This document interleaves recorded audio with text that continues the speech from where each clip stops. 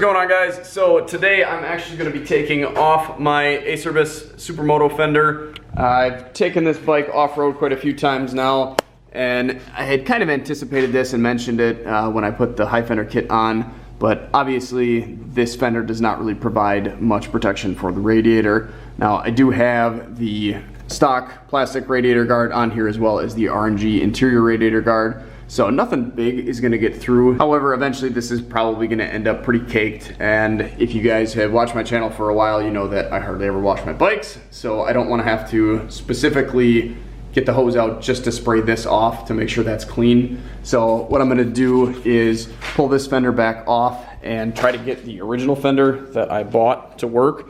So this is, I believe, also an Acerbis, but this is gonna be I think YZ Fender, if I remember right. I'll put a link down in the description for this. It's gonna be a little bit tight in there. Corey says in his video that you have to install the aftermarket Yamaha radiator guard, which completely removes the plastic and just has kind of a thin mesh layer in front. I kind of don't like that because I really like having this thick plastic guard out front here to stop any big stuff. I was actually told on the Yamaha Tenere Facebook page, the US one, that somebody has actually this same exact color bike and this same exact fender, and they've got it to work with their stock plastic guard on there. So I guess we'll see if I can get it to work. If nothing else, I think I could probably just throw some washers on the top of the back of this just to kind of angle it down even a little bit more.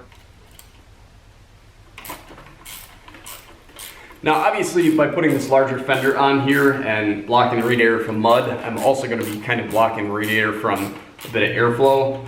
And I'll kind of show you a little bit more once I get it on here how bad that's actually going to be. I'm not all that worried about running hotter temps. Because of that, I don't really think it'll be an issue. When you're on the road and moving, I think it definitely won't be a problem. In tight, slow-moving trails, I think is when it might be an issue. But the guy that I talked to that had that fender installed said that he hasn't had any problems. And I will definitely be watching my temp gauge closely. I can kind of keep you guys updated on that if I run into any issues.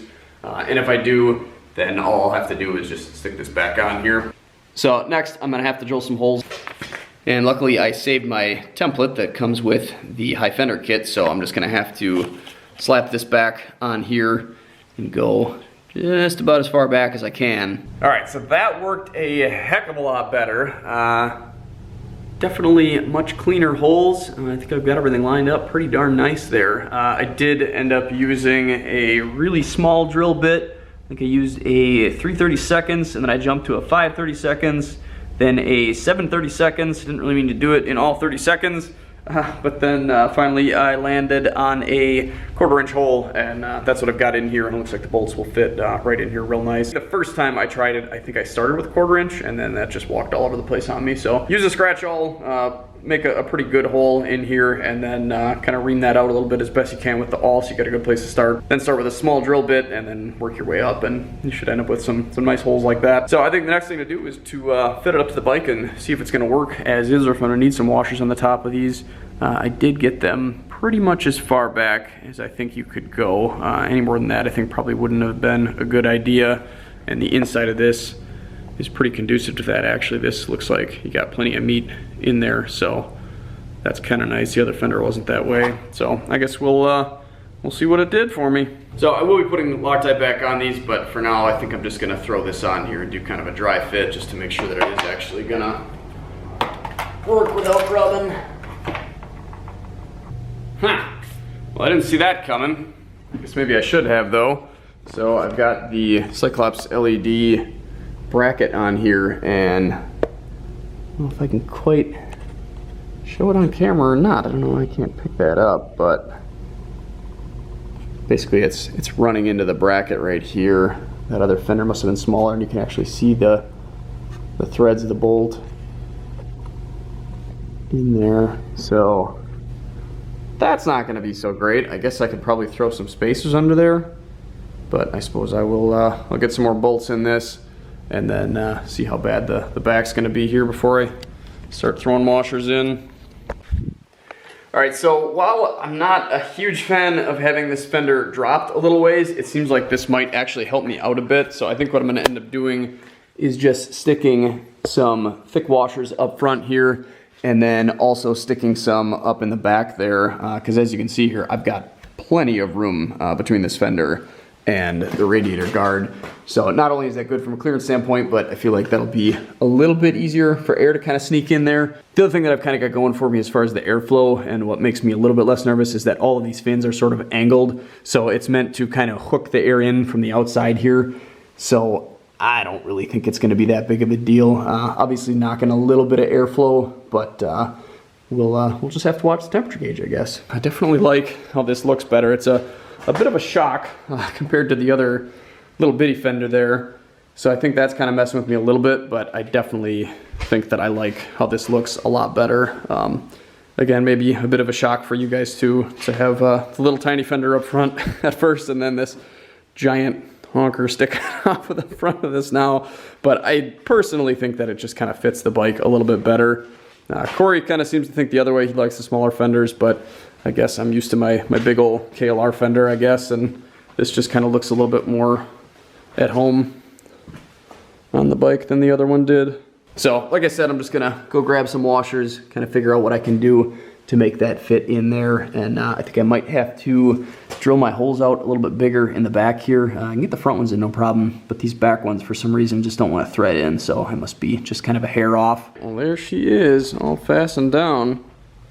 Definitely liking this a lot more than the little Supermoto fender. I think it really fits the bike a lot better, and it definitely does fit the bike pretty darn well. We've got absolutely no issue with rubbing in the back here.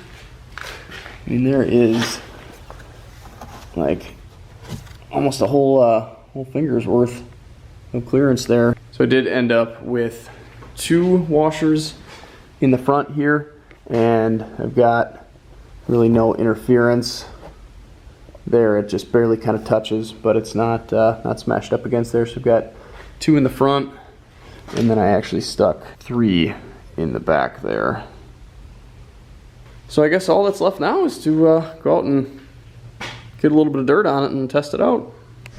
All right, well, I'm not sure if we're gonna come across any water to really test this fender out, but that's probably all right with me. I still don't have any crash bars in this darn thing, so I don't really want to go through anything too crazy, but I really just wanted to get out and ride this a bit.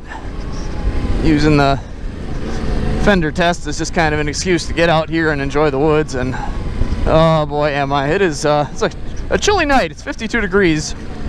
I spent all day today installing a window in my house, and I was a little bit nervous about that, getting that project started, because when I was starting it, it was snowing. So not the best time to be installing a window, but me and Jerry got it in, and hopefully will save us a couple bucks this year. Enough about the window.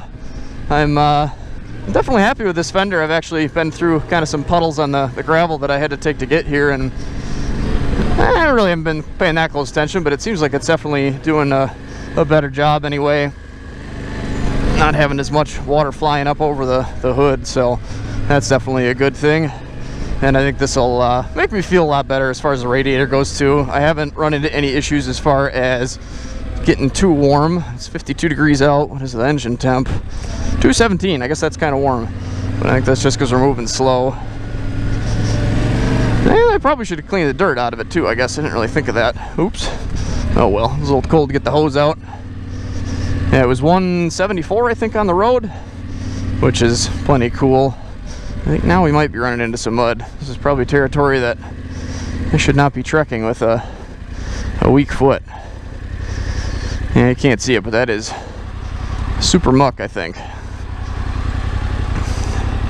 Well, now it's our 223, and we got the fan on, so I guess maybe the fender requires a little bit more testing before I give it the go-ahead. Looks cool anyway. I have heard that this bike does just sort of run hot. Oh yeah, now that fan kicked on, that cooled right down. Maybe some of you guys that have Teneres that aren't running a fender setup like this, just have the stock fender, maybe you can kind of chime in here. Like I said, I think it's like 52 degrees out, so it is a little bit cool.